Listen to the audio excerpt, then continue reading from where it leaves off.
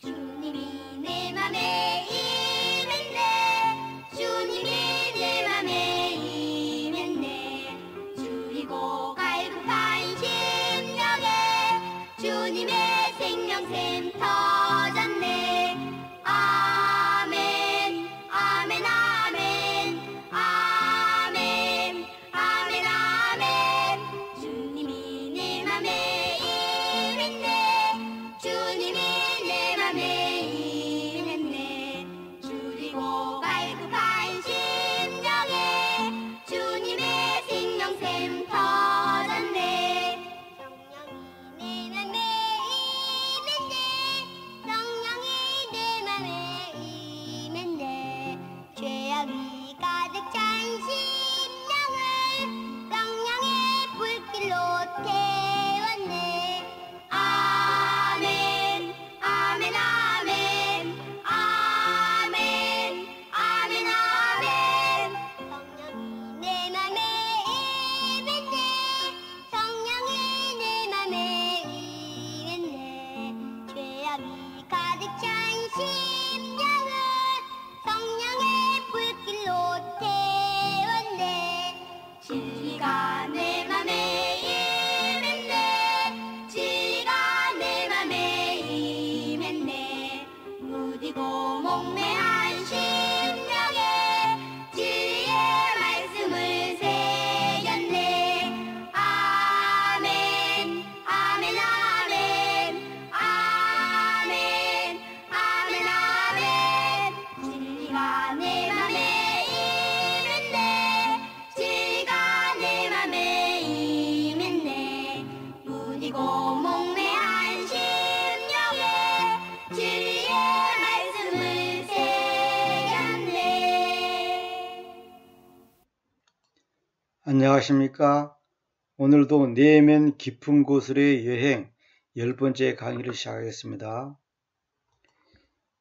기독교 역사 기록에서 하나님의 사람이 최고 수준의 고난을 진정으로 참되게 받아들인 것은 아주 드문 일이다. 그것이 너에게 위안이 될 것이다. 나에게도 그렇다. 이건 이제 잔느귀영의 인생을 봤을 때 잔느귀영만큼 고난을 많이 겪은 사람이 얼마나 있을까 할 정도로 많은 고난을 겪었습니다. 그래서 잔느귀영은 부잣집에 부자 남자를 만나가지고 나이 차이가 굉장히 많은 남자를 만나가지고 잘 먹고 잘 살 줄 알았더니 엄청난 핍박과 서름을 겪고 억울한 누명을 써서 감옥 가고 재산 잃고 건강 잃고 이단으로 몰리고 그런 고난을 겪었지만은 결국은 하나님께서 잔느귀영을 영적인 큰 인물로 키우기 위해서 그런 고난을 주었다는 거. 다시 말하면 우리가 깨끗한 쇠가 되기 위해서는 불순물을 다 없애야 되지 않아요? 그게 강철이라는 것은 뭐냐면 최대한 철 성분만 남게 하는 거. 그게 강철이에요. 금도 마찬가지잖아요. 같은 금이라도 99.9% 금하고 90% 금하고는 확연히 차이가 나는 겁니다.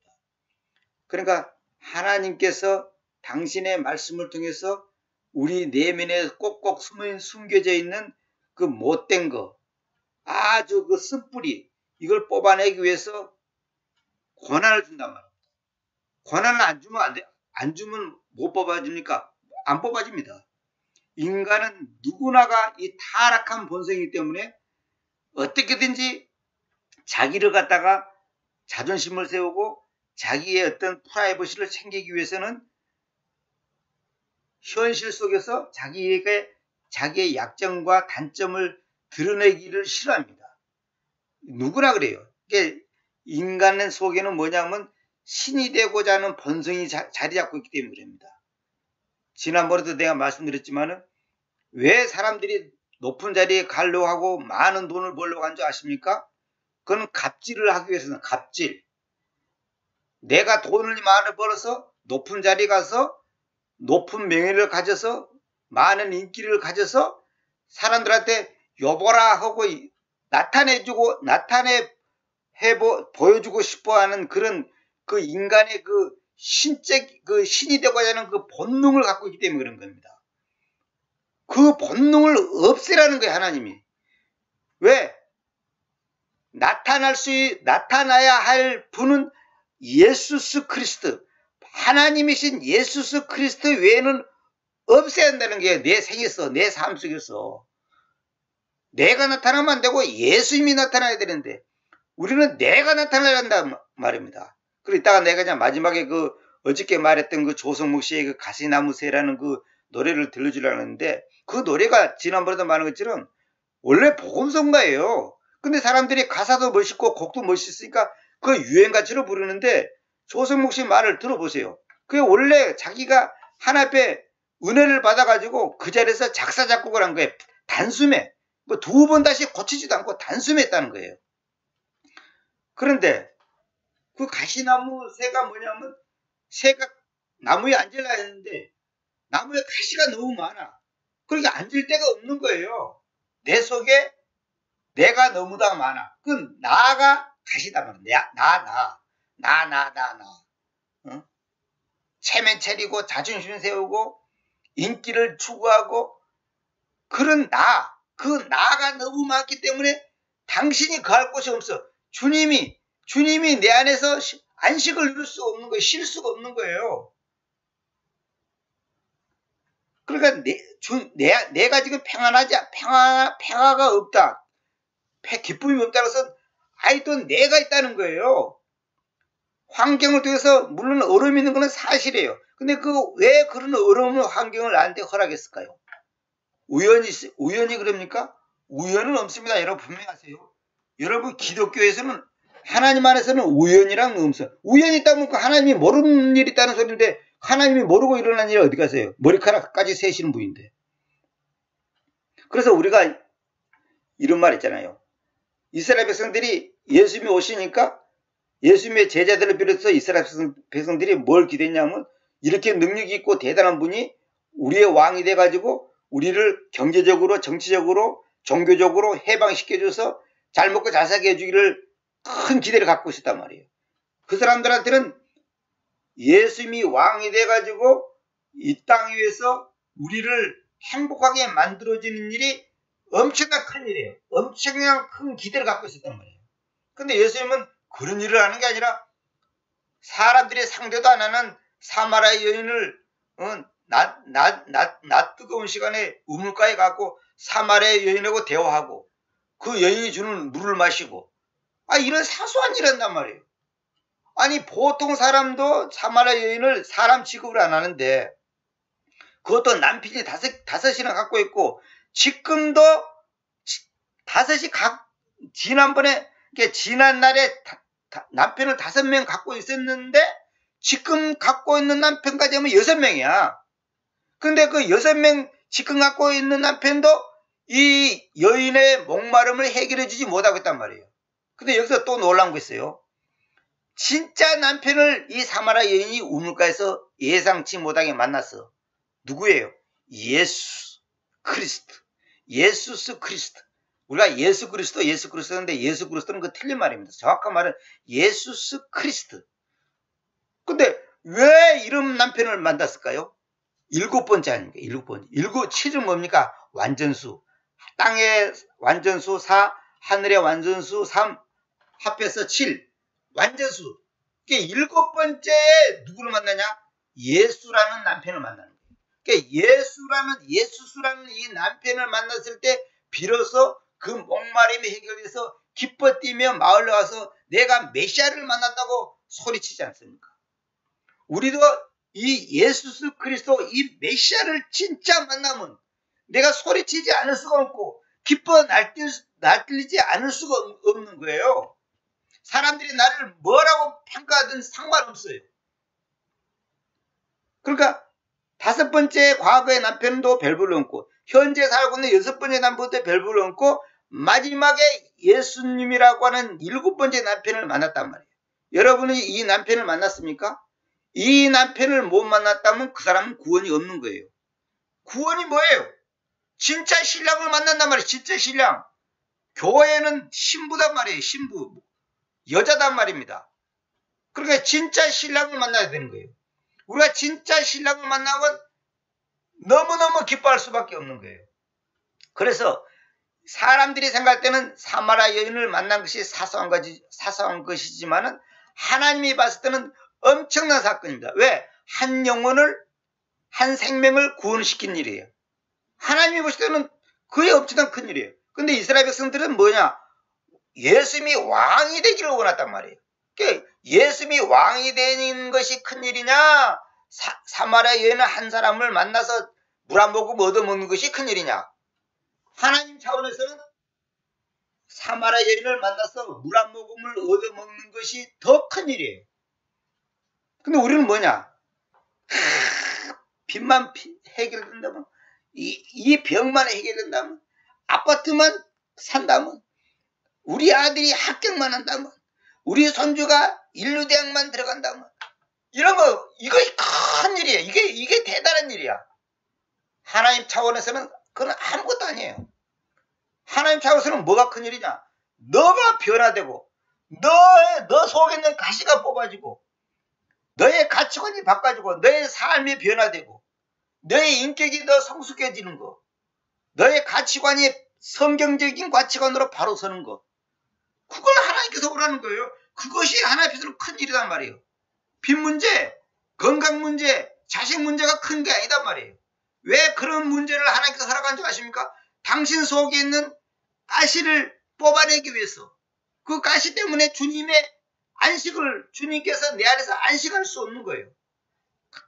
그 나무에 가시가 많다 보니까 그 가시나무에 새가 앉을 수가 없어요. 왜? 아무리 새라도 가시 위에는 앉을 수가 없거든. 가지 위에 앉아야지 어떻게 가시 위에 앉아. 가시가 너무 많으니까 이 새가 앉을 수가 없거든. 이 조성모의 이 가시나무 새가 굉장히 깊은 뜻입니다. 아주 제가 볼 때는 명작이에요. 명작. 내 속에 내가 너무 많아. 당신이 쉴 곳이 없다. 여기 당신이 누굽니까? 예수님을 말한 거예요. 예수님이 쉴 곳이 없어요. 여러분 속에 정말로 가시가 없습니까? 내 자식. 누구 맘 맞더라? 평생 교회 다니면서 관심사가 뭡니까? 우리 교회, 우리 집, 우리 자식, 우리 손자, 우리 회사, 나. 그러니까 내가 모든 것이 중심이에요. 목사도 마찬가지. 자기가 중심이야. 그러면 평생 하나님 아버지 우리 아들 잘 되게 계시고 우리 딸 잘 되게 계시고 우리 손자 잘 되게 계시고 우리 사업 잘 되게 계시고 우리 교회 잘 되게 계시고 기껏해야 우리나라 잘 되게 계시고 우리나라 잘 돼갖고 뭐 할 건데? 까놓고 얘기하자고. 우리나라 잘 돼갖고 뭐 할 건데? 우리나라가 세계에서 제일 부자가 됐답시다. 부자 되면 좋을 것 같죠? 절대로 좋지 않습니다. 왜 안 좋은 줄 아십니까? 부자 됐다는 것은 그만큼 세속화됐다는 거예요. 변질됐다는 거예요. 우리나라가 더 부자 되면 어떻게 된 줄 아십니까? 더 죄가 많고 더 하나님을 멀리하고 더 우상을 섬길 수밖에 없는 거예요. 그건 뭐 하나님께서 하시는 문제지만은 그거 뭐 어떤 사람들이 애국애족하는데 애국애족도 우상이에요.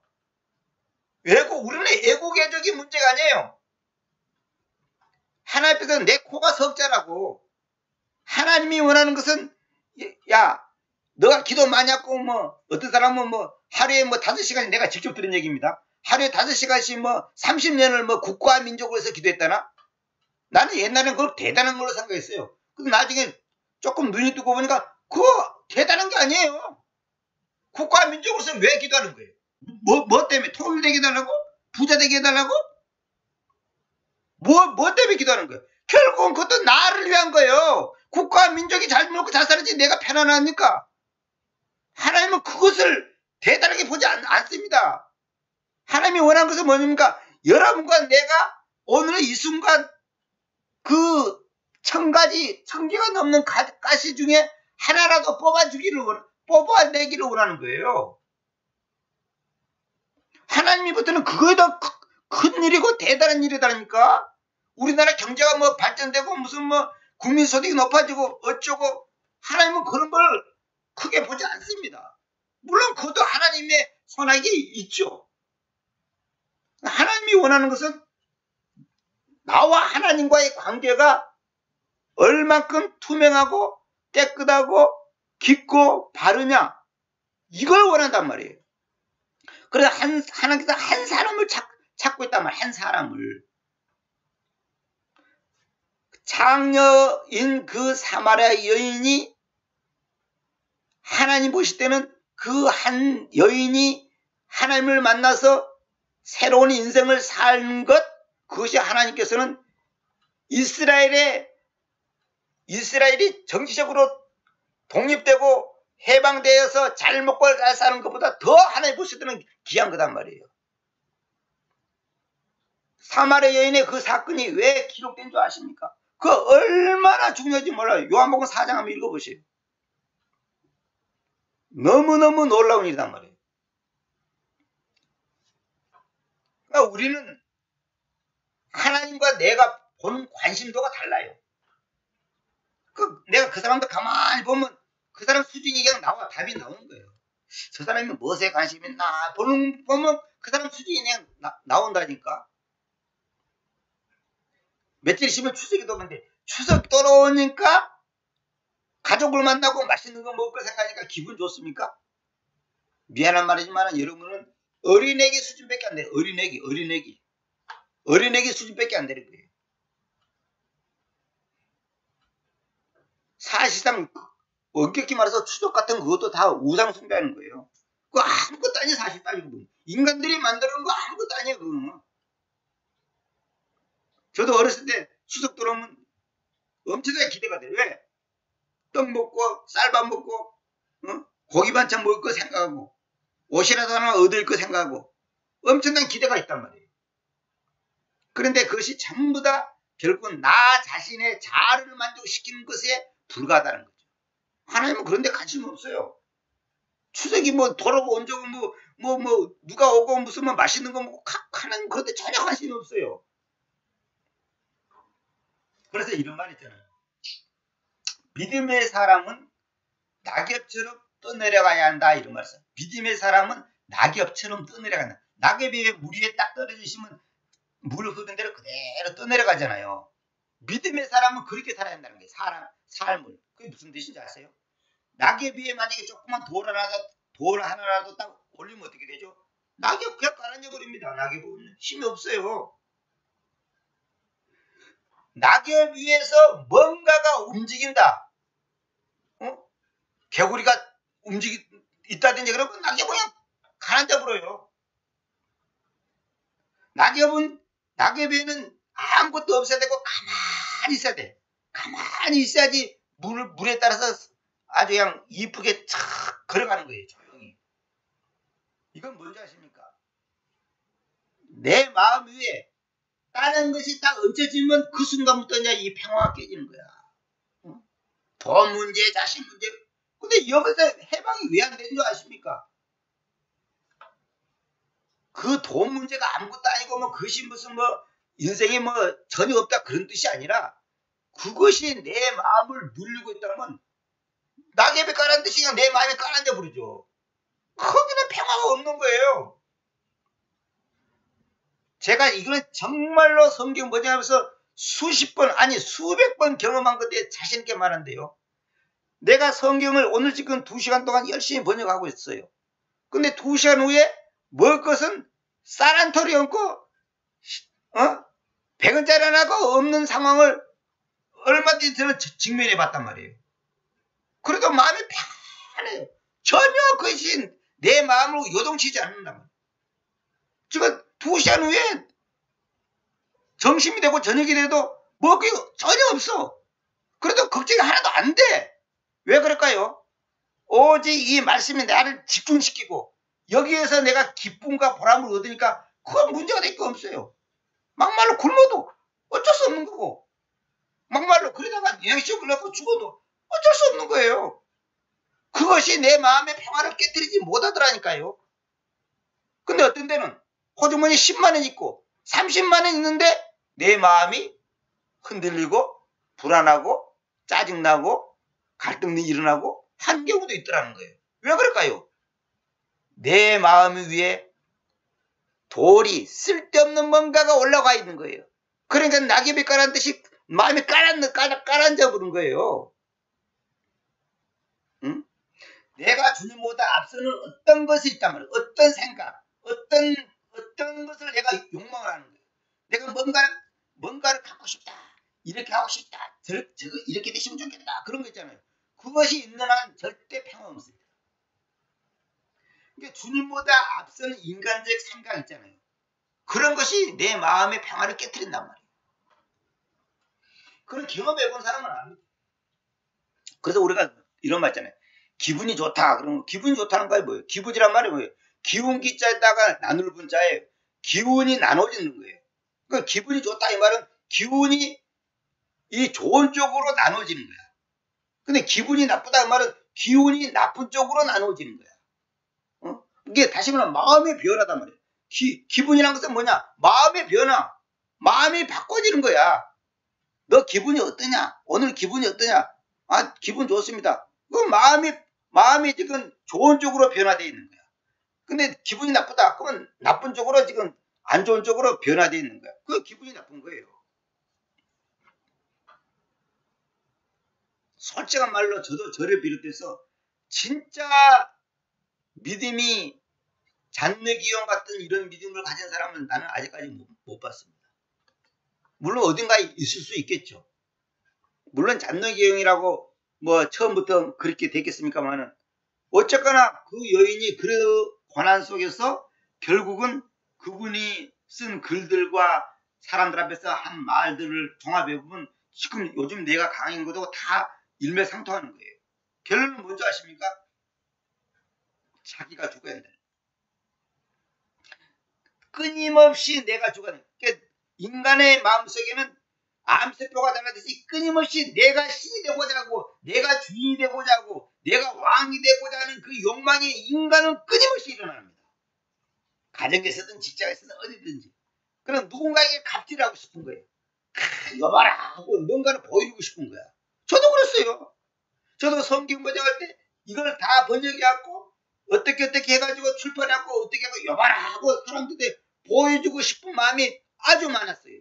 그러니까 주님께서 그 독서에 그걸 뽑으라는 거예요. 그것이 없어야 한다는 거예요. 되고 안 되고 출판하고 안 출판하고 그건 중요한 게 아니라는 거예요. 하나님이 원하는 것은 너가 오늘 이 순간 나와의 관계가 바르게 돼 있느냐. 그걸 원한다는 거예요. 뭐 교인이 몇 명이냐, 뭐 헌금이 얼마나 들어오냐, 이거 중요하지 않다는 거예요. 그건 전혀 중요하지 않다는 거예요. 자, 이거 정말 우리가 이 얘기하려면 끝이 없습니다. 그래서 이제 이 10강에서 이제 이거 한번 읽어봅시다. 그리고 일단 그가 그렇게 높은 상태에 도달하면 너는 하나님께서 그를 고난에서 벗어나게 해주실 거라고 생각하겠지만 하나님은 그렇게 하지 않으신다. 우리는 그잖아요. 이 고난이 일하면 그냥 찬란한 햇살이 비추는 아주 멋진 날들이 기다릴 거라 생각하죠? 그렇지 않아요. 그분은 오로지 더 많은 금을 얻기 위해 더 깊이 파고 들어간다. 그건 무슨 말이냐? 우리는 이러잖아요. 아, 이 정도면 뭐 하나님 잘 믿는 거고 하나님이 기뻐할 거고 하나님께서 나를 이제 더 이상 고난 안 주겠지 하는데 하나님은 더 깊이 내면에 깊이 파고 들어가 내 속에. 왜? 금을 얻기 위해서. 금을 얻으려면 더 깊이 들어가야 되잖아요. 그러면 우리들 각자는 그런 시간에 어떻게 해야 하는지 알고 있다. 그것은 기뻐하는 것이다. 기뻐해야 되는데 우리는 기뻐하지 않아. 싫어요. 그게 싫은 거예요. 왜 하나님은 내가 싫은 것만 만나게 해주고 보게 해주고 경험하게 할까요? 하지만 우리가 마땅히 해야 하는 것과 우리가 알 수 있는 것은 전혀 별개의 것이다. 그런데 내가 굴복하지 않고 항복하지 않는다면, 그리고 내가 십자가를 기쁨으로 받아들이지 않는다면 삶 속에서 겪는 고난의 유익이 무엇일까? 내가 고난을 겪기는 겪는데 굴복하지 않고 항복하지 않고 기쁨으로 그것을 받아들이지 않다면 고생은 고생대로 하고 나에게 아무 유익이 없는 거예요. 어차피 걸어갈 길이고 당할 길이고 당할 일이고 내가 해야 할 일이고 내가 살아가야 될 나에게 주어진 길이라면 그걸 기쁨으로 받아들여야죠. 근데 우리는 그걸 싫어. 그러니까 힘든 거예요. 안 할 수도 없고. 그래서 자식을 키운다. 자식 키우는 게 힘들어. 근데 그걸 죽지 못해 사는 사람이 있는가 하면 기쁨으로 당연하다 생각하고 기쁨으로 간다는 사람이다. 그럼 자기가 알아서 선택해야죠.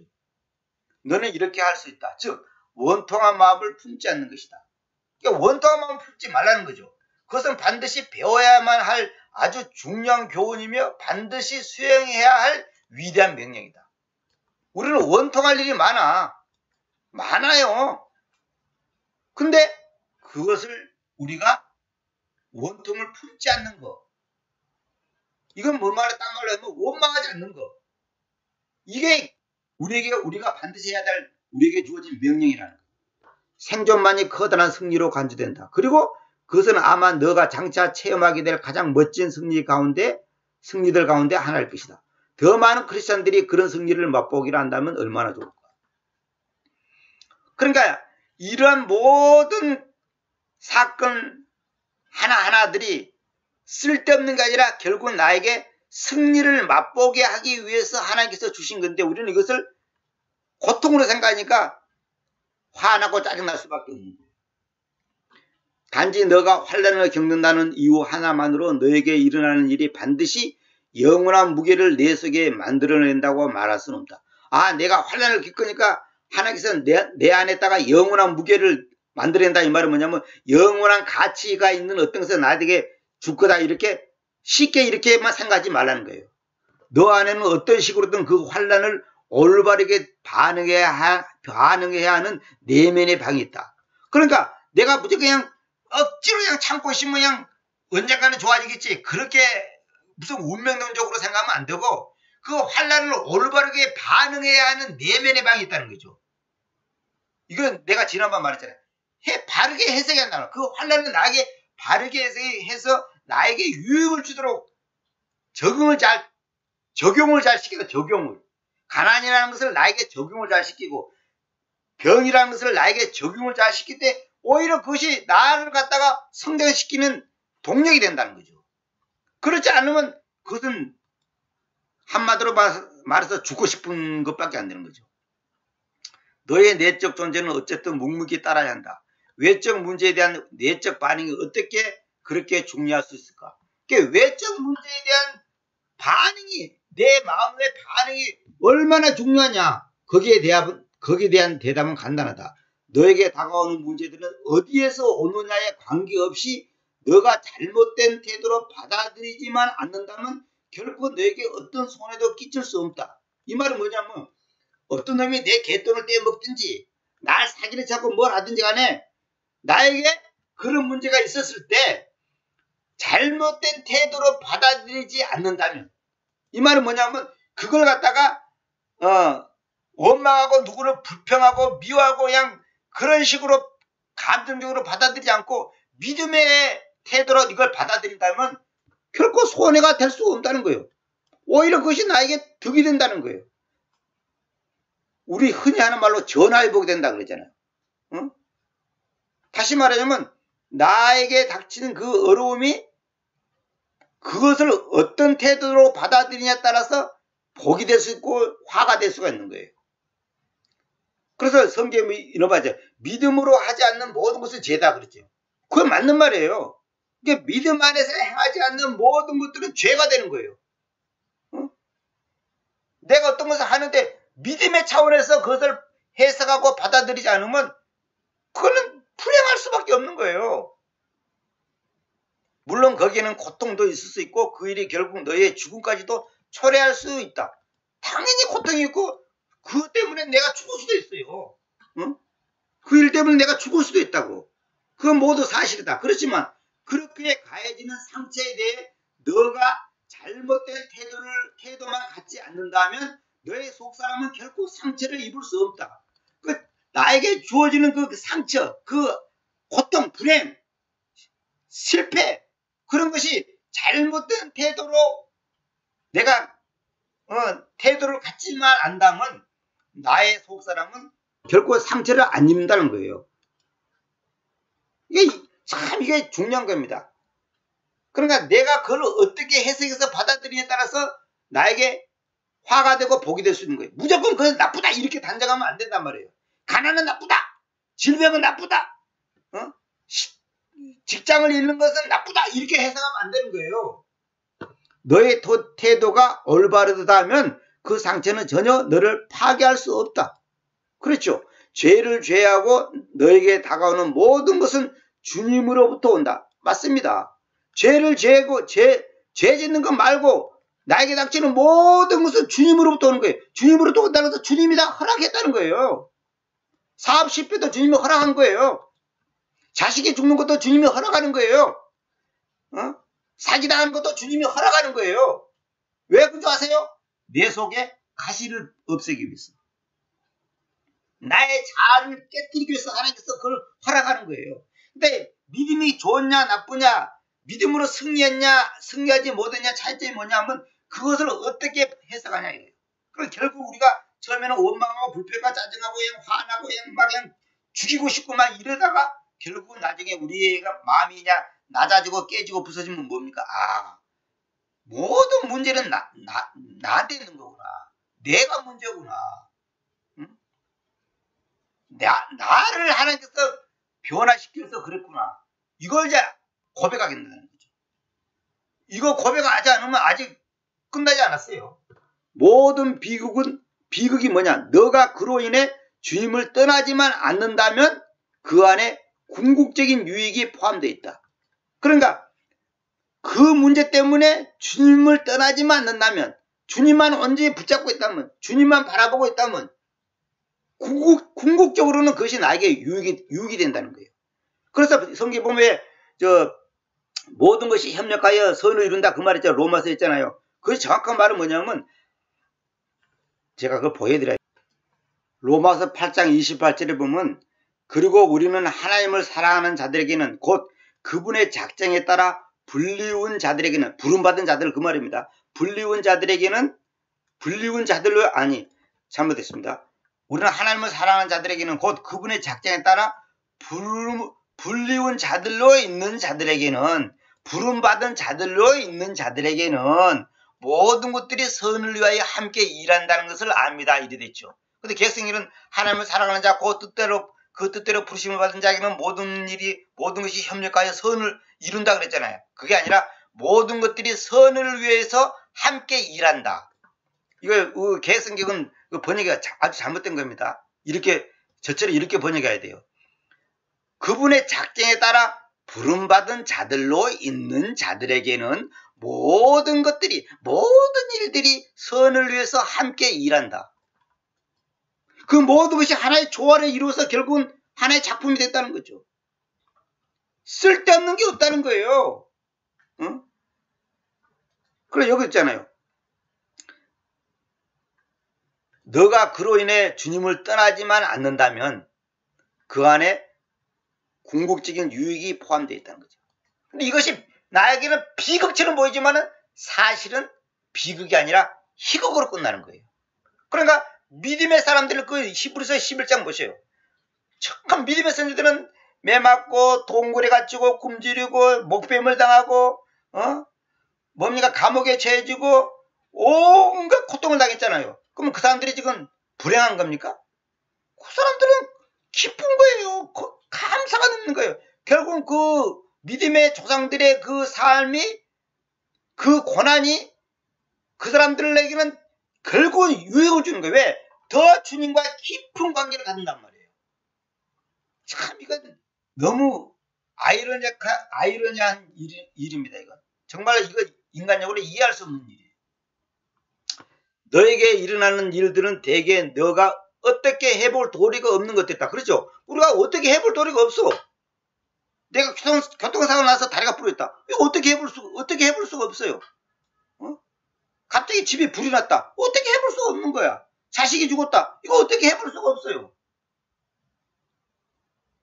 그러나 너가 그것들을 어떻게 받아들이느냐, 즉 그 일들에 대한 너의 태도, 그것은 전혀 별개의 문제다. 그러니까 내게 닥친 일을 어떻게 받아들이냐에 대한 그 태도가 어떠냐에 따라서 완전히 달라진다는 거죠. 재난에 대해 얘기할 때 변함없는 핵심은 비극 자체가 아니라 그것에 대한 너의 반응이다. 그러니까 재난에 대해서 내가 재난을 당했다. 그러면 그 재난이 당한 것은 비극이다, 이렇게 결론 내리잖아요. 근데 그게 아니라 너의 반응에 따라서 비극이 될 수도 있고 희극이 될 수도 있다는 거예요.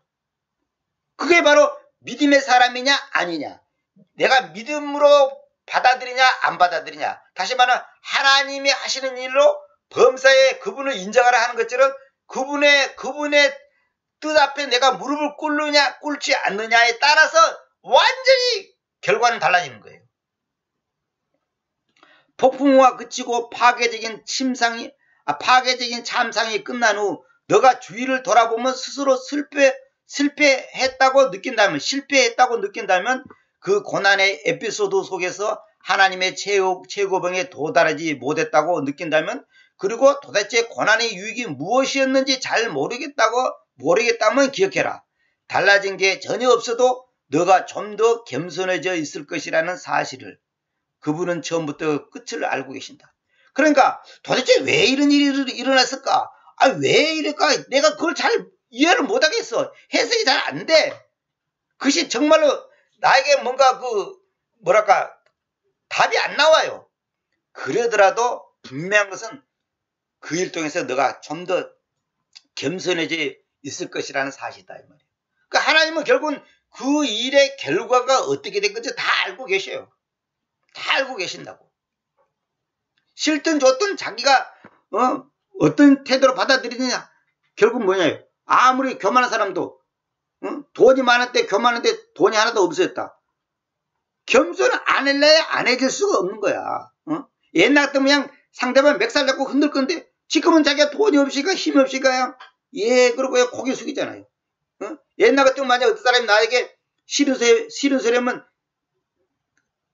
바로 그냥 반발할 건데 지금은 돈 없고 힘 없으니까 자존심 상하고 억울하고 분해도 고개 숙이잖아요. 그러니까 겸손을 안 해야 안 할 수가 없는 거예요. 그러니까 하나님께서는 우리를 어떤 방법으로든 나를 갖다가 완전히 낮추기를 원하는 거예요. 그래서 성경 보면 자신을 낮춘 자는 높아진다는 말이 그런 뜻이에요. 그런 뜻이라고. 그것도 역시 상당한 승리다. 그러니까 조금만 내가 겸손해져도 그것도 승리한 거라는 거예요. 무슨 일이 일어나든지 원통한 마음이 생겨나지 않는다면, 그리고 하나님께서 내 속에 약간의 겸손이라도 생겨나게 하셨다면, 그렇다면 그분은 너의 삶을 혁명적으로 바꾸어 놓는 일을 아주 성공적으로 잘 진행하고 계시는 것이다. 약간의 겸손이라도 내 마음에 생겨나게 했고 원통한 마음이 생겨나지 않는다면 너의 삶을 혁명적으로 바꾸어 놓는 일을 아주 성공적으로 잘 진행하고 계신 것이다. 만약 너가 이 두 가지 장애물 코스를 아주 행편없이 통과한다 할지라도 고난은 그 나름대로의 할 일을 잘 수행한 것이다. 나는 아래의 글을 액자틀에 넣어 내 책상 위에 걸어놓았다. 나는 모든 크리스찬이 이 내용을 마음속에 새겨 넣을 수 있었으면 한다. 자, 보세요. 비난과 분노는 전적으로 시간 낭비이며 아무것도 성취하지 못한다. 내가 남을 비난하고 분노하고 원망하고 짜증내봤자 그것은 시간 낭비에 불과하고 아무것도 성취하지 못한다는 거죠. 너가 다른 사람 안에서 아무리 많은 흠을 찾아내고 아무리 심하게 그를 비난한다 해도 그것이 너를 변화시키지는 못할 것이다. 그러니까 내가 다른 사람의 약점과 단점을 아무리 찾아내고 그를 맹렬하게 비난한다 해도 그것이 나 자신을 변화시키는데 아무 도움이 안 된다는 거예요. 제가 이 글을 보고 엄청나게 부끄러웠습니다. 왜? 나도 엄청나게 사람들 비난을 많이 하거든.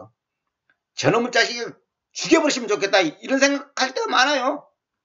근데 그것이 나에게는 시간 낭비고 나에게 아무 유익이 없는 거예요. 지난번에도 얘기했잖아요. 민주당 욕해봤자 나에게 아무 유익 없어요.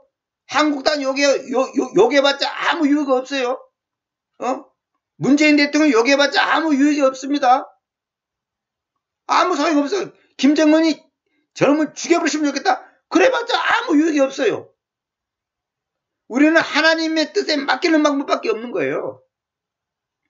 그것도 다 하나님께서, 김정은이도 하나님이 세웠어요. 그거 알아야 됩니다. 문재인 대통령도 하나님이 세웠습니다. 그걸 인정해야 됩니다. 내가 그 사람이 싫어하든 좋아하든 상관없어요. 하나님은 내 기분에 따라서 왕을 세우지 않습니다. 너의 그런 행동은 오직 다른 이들의 관심을 너에게서 떠나게 만들 뿐이다. 오히려 사람만 잃어버리게 한다는 거죠. 너는 내면에서 벌어지고 있는 일에 대해 외적인 이유를 찾는 것은 핵심을 놓치는 것이다. 그러니까 나의 내면에서 일어나고 있는 분노, 비난 이런 것들이 그 원인이 외적인 데서 그 이유를 찾는 것은 핵심을 놓치는 것이다. 그럼 무슨 말이냐면 뭐 정치가가 잘못되고 무슨 뭐 경제인이 누가 잘못되고 그게 아니라 내 속에 있는 자아, 하나님을 대항하고 반항하고 하나님 앞에서 굴복시키지 않는 내 자아가 문제지 외적인 그런 사람들이 그런 것이 지금 문제가 아니라는 거예요. 그렇게 함으로써 다른 사람에게 죄책감을 심어주고 너 스스로 많은 부정적인 감정들로부터 벗어날 수는 있을지 모른다. 그런 일은 가능하다. 하지만 너를 불행하게 만들고 있는 너의 기질만큼은 그것이 어떤 것이든 결코 바꾸지 못할 것이다. 그러니까 내가 아무리 뭐 국가를 생각하고 무엇을 하고 뭐 이것저것 비난하고 뭐 관심 두고 뭐 어쩌고 저쩌고 해봤자 그것이 나에게 내 본성의 나쁜 것을 바꿔놓는 그 변화시키는 일을 결코 하지 못하는 아무 도움이 안 된다는 거예요. 나는 여러 해 동안 관찰해본 결과 대부분의 크리스찬들이 계절이란 말을 거의 이해하지 못하고 있다는 것을 발견했다. 이 시즌이란 말을 보통 제가 계절을 하지만은 성경에서는 제가 번역을 해보니까 시기라고 번역했다면 시기, 어떤 시기, 봄, 여름, 가을, 겨울 이런 뜻보다도 이런 뜻도 되지만 이제 그 시기, 어떤 시기. 근데 이제 이 계절이란 말이 이제 뭐냐면 우리가 이게 무슨 말이냐면 그래서 내가 감을 먹고 싶다. 그러면 가을이 와서 가을이 지나가야지 감을 먹을 수 있는 거예요. 내가 아무리 감이 먹고 싶다고 발버둥 치고 막 짜증내고 화를 내고 막 몸부림치고 많은 돈을 뿌린다고 해서 감이 생기는 게 아니에요. 감을 먹으려면 봄이 가고 여름이 가고 가을이 와가지고 가을도 이제 거의 질무렵이 돼야지 이제 감을 비로소 먹을 수 있는 거예요. 무슨 말이냐? 우리 주님은 계절의 하나님이시다. 그분은 오실 때도 있고 떠나실 때도 있다. 그분의 신실하심은 결코 변하지 않지만 그분의 계절은 변한다. 이 말은 뭐냐면 그분이 어떤 것을 해야 되겠다고 마음먹으면 그것을 절대 변하지 않아요. 그러나 계절은 변한다. 이 말은 뭐냐면 환경은 달라진다는 거예요. 환경이 바꿔진다는 거죠. 그 환경이 바꿔져야지 그 계절이 지나야지만이 열매를 맛본다는 거죠. 결과가 드러난다 이 말이에요.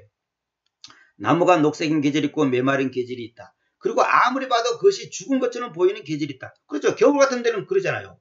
그렇다고 해서 너가 섬기는 하나님이 기분에 따라 오기도 하시고 떠나기도 하시는 변덕스러운 분이라는 뜻일까? 아니면 오직 계절들을 통과함으로써만 진정한 성장이 이루어진다는 것은 아닐까? 그러니까 무슨 말이야? 하나님은 이랬다 저랬다는 변덕스러운 분이 아니라 반드시 그 과정을 거치지 않으면 안 된다는 거예요. 어쩔 수 없어요. 그건 어쩔 수 없어. 마치 우리가 어른이 되려면 어린 시절부터 시작해서 사춘기를 거쳐서 이래 그런 과정을 거쳐야지 어른이 되지 갑자기 뛰어넘을 수 없는 거예요. 그러니까 하나님이 나에게 통과하지 않으면 안 되는 그 과정이 있단 말이에요. 각자에게 가난이든 질병이든 뭐 실패든 뭐 사기를 당하든 뭐 무슨 누명을 쓰든 그 과정을 거치지 않을 수 없는 거예요. 어쩔 수 없어요. 그 세월이 시간이 지나야 돼. 왜? 하나님은 그 과정을 거쳐야지만이 되는 거예요. 그 목적을 이루는 거예요. 그래서 이런 말 있잖아요. 천국 가는 계단은 두 계단씩 올라가지 않는다. 그런 말이 있어요. 한 계단 한 계단 올라가는 거예요. 그 과정을 거칠 수밖에 없는 거예요. 우리가 이런 말 했잖아요. 뇌를 피하면 강이 기다리겠고, 엉덕을 피하면 산이 기다린다 그래. 엉덕을 안 올라가기 싫어서 엉덕을 피해보셔. 산이 기다리고 있어요. 엉덕 통과해야 돼.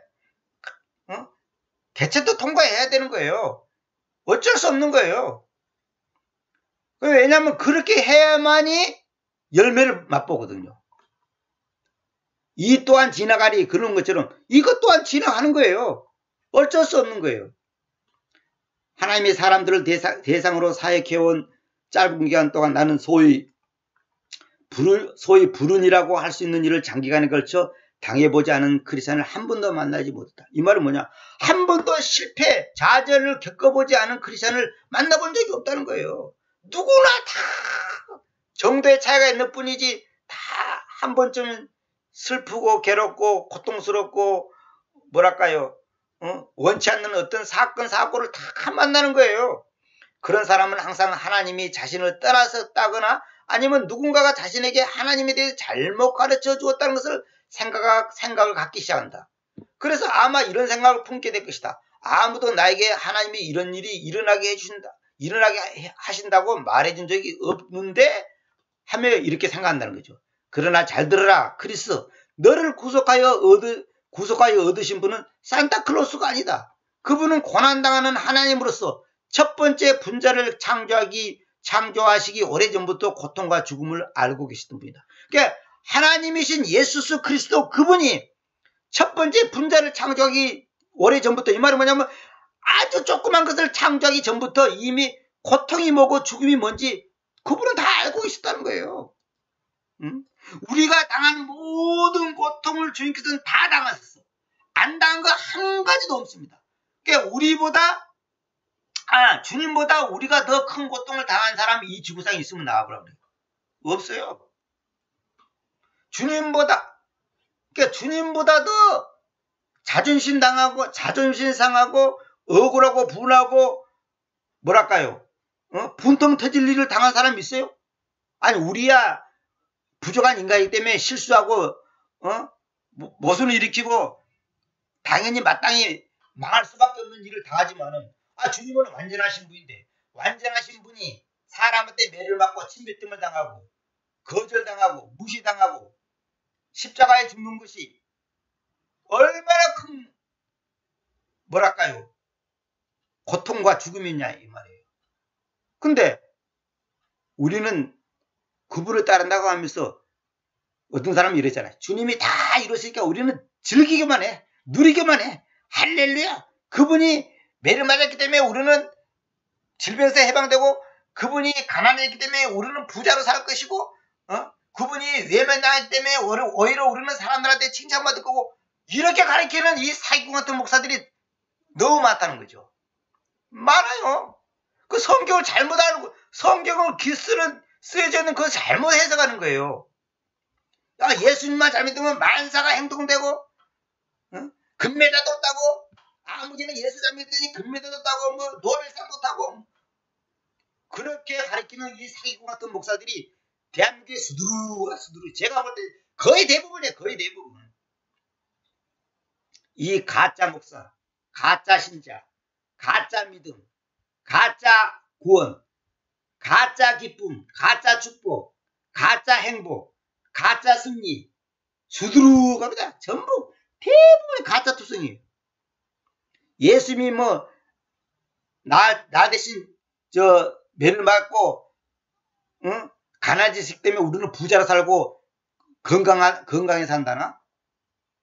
그러면 지금 병원에 누워있는 사람들은 하나님 믿는 사람 중에 병원에 누운 사람들은 전부 저주받은 인생이네. 그러면 지금 가난하게 사는 사람들은 전부 다 지금 잘못 믿는 사람들입니까? 전에도 말한 것처럼 예수 믿고 3년 안에 부자 안 되면 저주받은 인생이고 잘못 믿는 거라고 가리키는 K 암흑의 그 사기꾼 같은 목사. 내가 70인데 그 사람 말 듣고 어떻게 하면 내가 부자로 살 건가? 새벽기도 나가고 금금 잘하고 봉사 많이 하고 전도 많이 하면 하나님 나라를 부자로 살 것이다. 그런 어처구니없는 생각을 가졌다는 거죠. 여러분 우리가 주님을 따른다는 건 뭐예요? 주님이 걸어가는 길을 걸어가는 거에 따른 것이지 뭐 교회 왔다 갔다 하면 주님을 따른 겁니까? 교회당 왔다리 갔다 오고 헌금 몇 푼 하면 주님을 따른 거고 뭐 성경 한두 장 읽으면 거의 주님을 따른 것이고 하루에 기도 5분 하면 뭐 거의 주님을 따른 겁니까? 주님이 나가신 고통과 죽음을 맛봐야죠.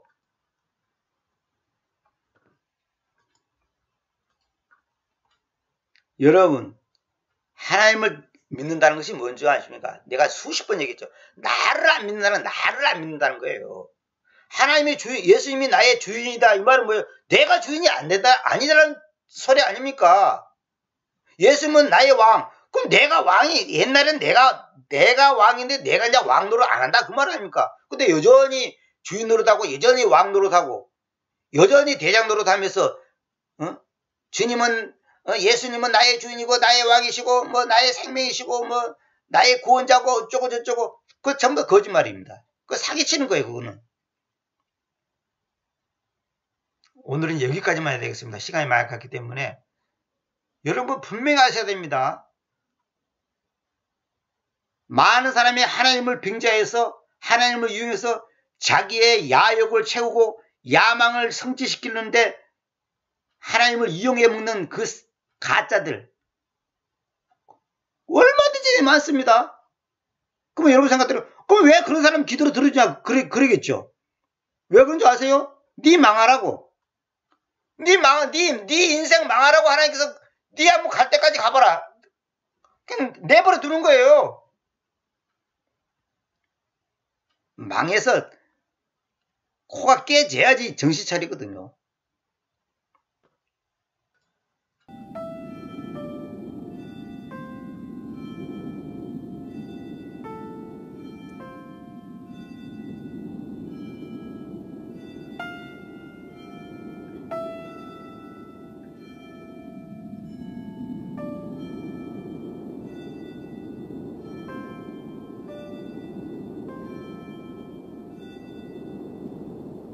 내 속엔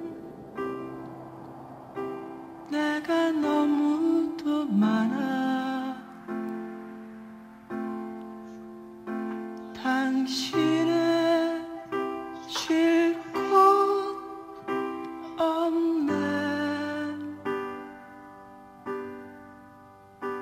내 속엔 헛된 바람들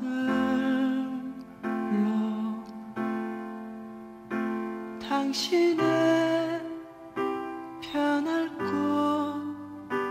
없네 내 속엔 내가 어쩔 수 없는 어둠 당신의 쉴 자리를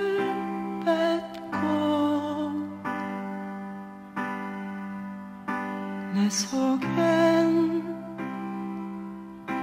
내가 이길 수 없는 슬픔 무성한 가시나무